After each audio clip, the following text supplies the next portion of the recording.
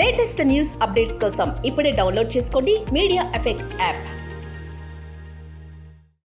Welcome to media effects.